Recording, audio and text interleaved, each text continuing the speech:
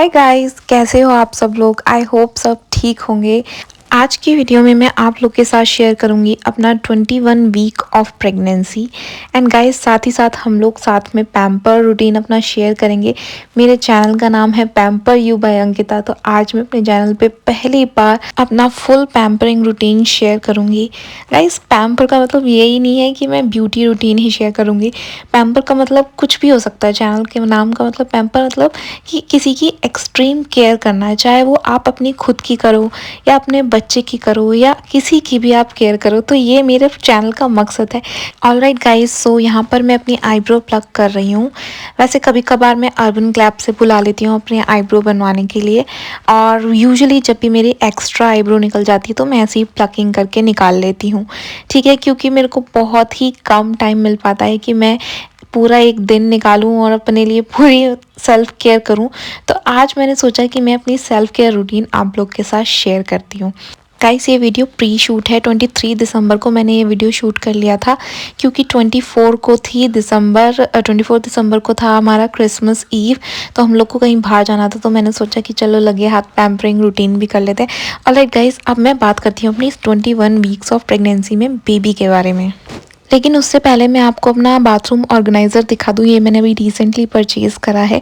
Alright guys, तो baby इस समय हो चुका है गाजर के साइज़ का, यानी कि कैरेट के साइज़ का हो चुका है। Guys head to toe length हो चुकी है बेबी की 27.4 सेंटीमीटर, और उसका वेट हो चुका है 399 ग्राम्स। और देख रहे हो आप सेसमे सीड से कितनी ज़्यादा ग्रोथ हो गई है। मुझे ऐसा लग रहा है कि अभी 2 सेकंड पहले ही तो मैं प्रेग्नेंट हुई थी, और इतनी जल्दी जल्दी टाइम बीत रहा है।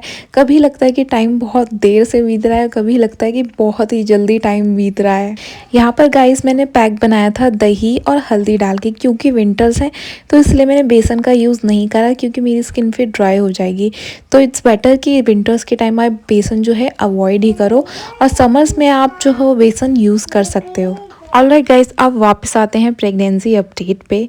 तो गाइस अपडेट ये है कि अब बहुत ज़्यादा डिफ़िकल्ट हो रहा है मेरे को सोने में, क्योंकि एक तो हमें लेफ़्ट साइड पे ही सोना पड़ता है, और फिर एक्स्ट्रा जो है तकिए भी चाहिए होते हैं। वैसे तो मेरे पास प्रेगनेंसी पिलो है जो मैंने त्रिशा के टाइम पे मंगाया था, लेकिन इस समय वो ज़्यादा काम नहीं आ रहा है। पिछली बार तो बहुत काम आया था, क्योंकि मैं त्रिशा मेरे साथ सोती है, तो प्रेगनेंसी पिलो के साथ अगर मैं सोती हूँ तो वो सो जाती है आके बीच में, और मैं नहीं सो पाती हूँ। और थोड़ा इस समय जो है बैलेंस भी कम रह पा रहा है, क्योंकि बेबी बम का साइज़ बढ़ता जा रहा है, तो थोड़ा बॉडी बैलेंस कम हो रहा है। तो इस टाइम जो है बेटर है अगर आप 21 वीक पे हो, तो बैलेंसिंग जो है, आपको बैलेंसिंग टास्क जितने भी होते हैं या काफ़ी देर तक खड़े रहने वाले जो टास्क होते हैं वो अवॉइड ही करने चाहिए। गाइस ये इसे मैंने हाथ पे भी लगा लिया था। ये पैक काफ़ी इफ़ेक्टिव है, आप ट्राई कर सकते हो।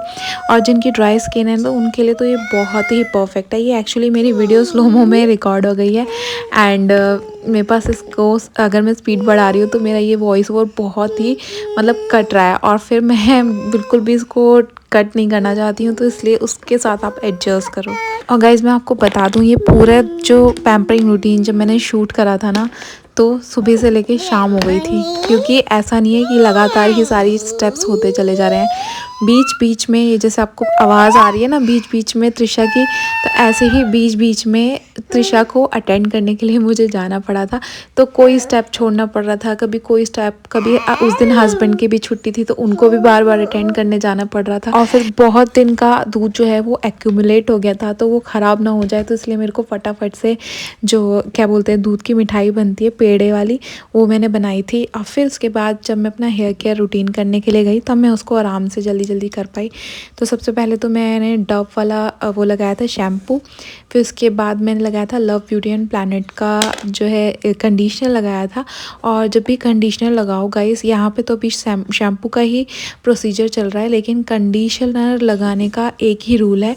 पहले मैं इस रूल को फॉलो नहीं करती थी, मुझे ऐसा लगता था मुझे ऊपर भी लगाना चाहिए, स्कैल्प पे नहीं लगाना है आपको कंडीशनर, हमेशा अपने नीचे वाले हेयर्स पे लगाना है। फिर उसके बाद मैं लव ब्यूटी एंड प्लानट का ही कॉफ़ी वाला बॉडी वॉश यूज़ कर रही थी। और गाइज़ ये स्पॉन्सर्ड नहीं है, ठीक है, ये मेरे पास आए थे पीआर में बहुत पहले कभी, तो फिर मैं अभी यूज़ कर रही हूँ, मतलब अभी ये डेली रूटीन में यूज़ कर रही हूँ।